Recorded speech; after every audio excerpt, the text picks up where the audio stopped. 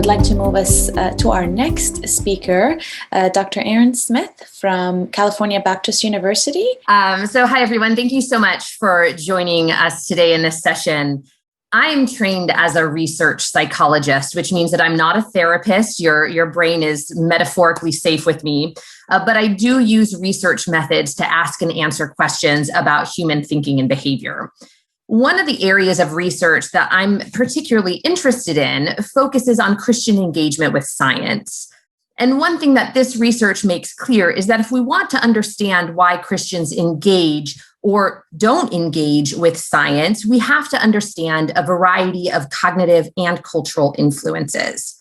In that vein, I've grown interested in what we can do as scientists and as Christians to better communicate issues at the intersection of science and Christianity, conversations and issues that might affect our engagement with both of those domains.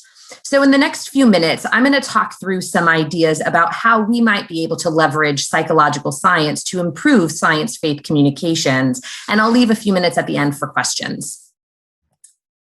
So when we talk about science and faith content, we have to keep in mind that there are at least two layers of things that we are talking about. There is content, right? The actual bits of information, the data that we want to communicate.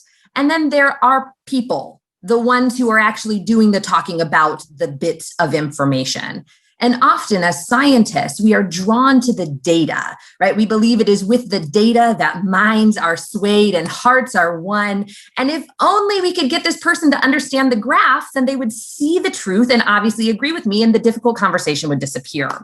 But what psychological research says is that that's not actually how it works. That's not how we work as people. When we jump straight to content, we often make impossible the very thing that we want: open, unbiased conversation and the possibility of belief change or revision in light of data. Research consistently shows that there's a lot of knowledge in scientific data as well as in other domains that are just not self-evident. The data don't speak for themselves. And so it's not just that we can see data, see information, and boom, we believe it. It's more complicated than that. And so I want to talk a little bit about what psychology says about engaging the people, right? These individual persons, in order to make the content a viable option for discussion and understanding. My primary focus here is going to be on conversations that we are going to call difficult, right? And so these conversations, the content of difficult conversations, will vary according to who's actually engaging in the conversation. But the idea is that there is some meaningful disagreement between people about something that matters to them, right? That when there's this meaningful, it matters disagreement, that's a difficult conversation. And so although I'm interested here in the application of these psychological principles to difficult conversations at the intersection of science and Christianity, these ideas are going to apply to other types of difficult conversations in different domains. Additionally, as I'm talking about these principles to improve conversation, I have in mind an idea about kind of a one-on-one style conversation. So although these principles will still apply in terms of like a speaker to an audience or an author to an audience, they're going to look a little bit different when we're talking about a one-on-one style conversation versus a mass gathering. And so as we think about how do we engage in these kinds of difficult conversations, there's lots of options we could choose. We can engage in many different ways. And so one option we can choose here on the left-hand side of the screen is that we can shout data at people until they concede and disengage, right? We can metaphorically beat them, hopefully just metaphorically, beat them over the head with the data and win. Right? Win is, of course, ill-defined, but we have some psychological feeling of like, I've been justified. I've spoken on behalf of the data. I'm just hoping that we can agree at the outset that that's not a good plan, right? Just because somebody stops arguing back doesn't mean they've actually heard, understood, or changed their mind. And actually, research would suggest that they've done quite the opposite in that context in terms of their beliefs. And yet option two, representing a whole host of kind of varieties of engagement, doesn't always come naturally. And importantly, it doesn't always feel good. So option two, to listen and engage in relationships, is hard because it involves a lot of listening with very little guarantee at the end of it. If we take the first option, we are guaranteed to at least hear ourselves talk, right? And we're going to make a killer argument about the data, and we're going to walk away and say, I heard that argument, you nailed it, right? So we have that guarantee.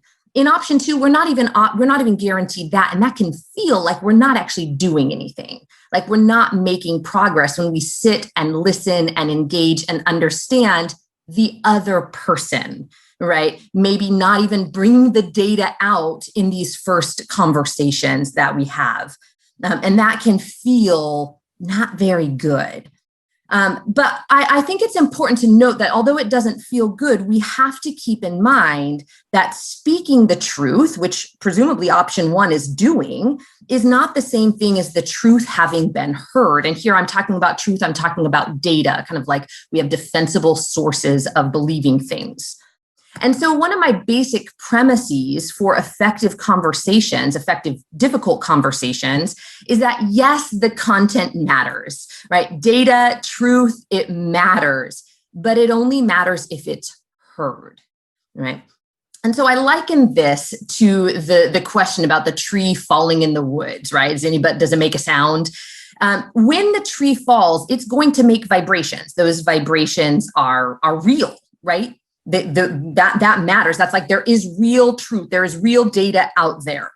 But those vibrations don't mean anything until there are sensory organs that pick them up to make sense of them. And so I think that when we're engaging in difficult conversations, we have to recognize that the vibrations are real, the data is real, but until there are sensory organs that are willing to engage them, the data are doing nothing. Right? They're just kind of sitting there on their own. And so what I want us to think about is how can we choose, and what can psychological science say about our choosing? How can we choose an option that allows for ears to hear, right? Not just beating someone over the head until they disengage. So originally, this presentation was slated for the meeting that didn't happen last year. And since that time, I've published some ideas relevant to this kind of conversation in Perspectives in Science and Christian Faith in the article pictured here. In that article, I describe how human reasoning is not rational and logical in some kind of pure sense. Instead, human reasoning is motivated by a number of competing and different influences that we may not be aware of. And so when we talk about motivated reasoning, we are saying that how we arrive at any conclusion is influenced by a number of factors, not just what the cold, hard facts have to say about it.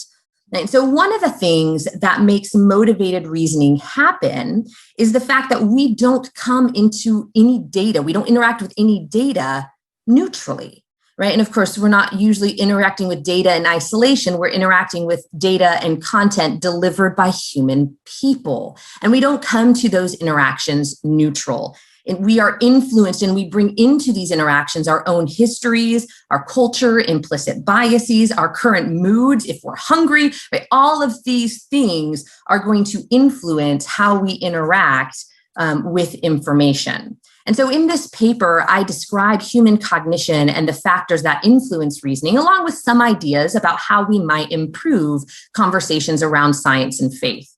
And so in my remaining minutes, I want to elaborate on those ideas without being redundant to what was in that paper. And so for today, I've selected 2 related ideas that come to mind in terms of doing better and having more effective conversations around difficult topics in science and Christianity. And importantly, both of these have to do with the me, not the person I'm talking to, right? So this is about how we can prepare ourselves to be able to engage in that option 2, I'm going to see, hear, and love this other person, so that in time they might be willing to hear the data, to hear this truth. And so I'm going to talk briefly about both mindfulness and what I'm calling identified empathy. So mindfulness is a bit of a nebulous term in psychological literature. For my purposes, I'm going to talk about mindfulness as an acute attention to the present moment. Mindfulness of the secular or the spiritual variety is increasingly part of psychological interventions for mental illness or well-being. And one of the most potent uses of mindfulness is in acceptance and commitment therapy, which, among other things, people learn to differentiate what is called the observing self from their storied or verbal self. And so the idea is that we have thoughts, storied verbal selves, but we are not our thoughts, the observing self. And so part of what ACT therapy does is it teaches individuals not to fuse with their thoughts, but rather say, I have this set of thoughts and I can evaluate them and choose the ones that I will accept as true and helpful. And so when we practice mindfulness, especially of that variety, we are more in touch with our internal narratives that may inhibit productive conversations, right? Our knee-jerk automatic reactions that without this kind of separation, we just accept as true. One of the books that I'm reading right now is Rich Villados's book, The Deeply Formed Life, 5 Transformative Values That Root Us in the Ways of Jesus. And in his discussion on the interior world, without ever using the word mindfulness, he describes what I, as a psychologist, recognize as rooted in mindfulness practice, like something that might be done in therapy. He offers readers these 5 questions to ask and answer when we are trying to engage when we're trying to understand our reactions to events, right, and to conversations and things that happen.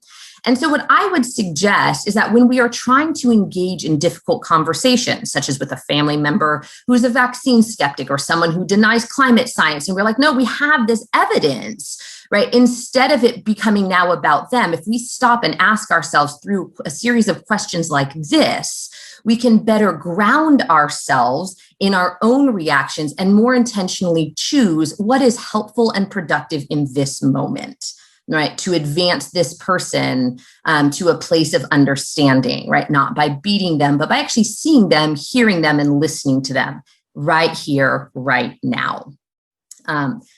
I want to be clear that mindfulness is not a form of communication, but when we pay attention to our present state, including some emotions that might bubble up in difficult conversations, it can make us the kind of people who are aware enough to communicate well. And for me, I think that means we communicate in love and in grace. A second practice that is relevant to improving how we engage in difficult conversations is what I'm calling identified empathy.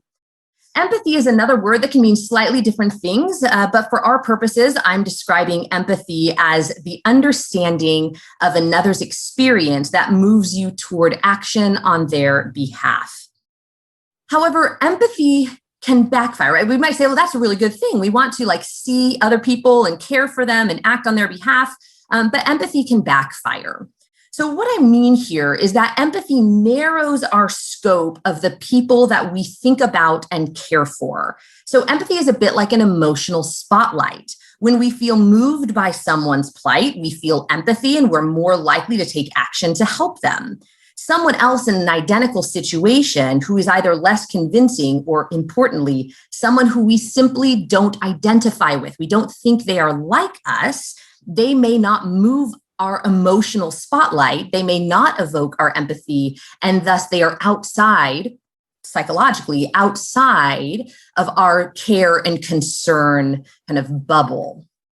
This is basically the argument that Paul Bloom makes in his 2016 book titled Against Empathy, A Case for Rational Compassion.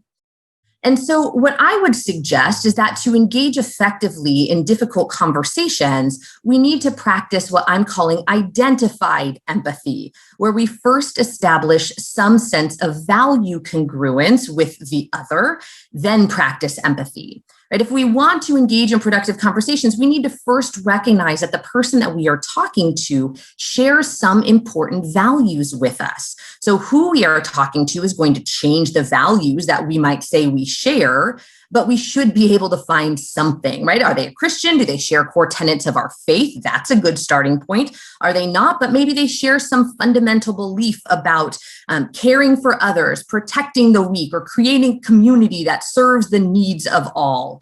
Right? And so once we've identified some value congruence, we've identified that they are like us in some important way, then we can engage in empathy.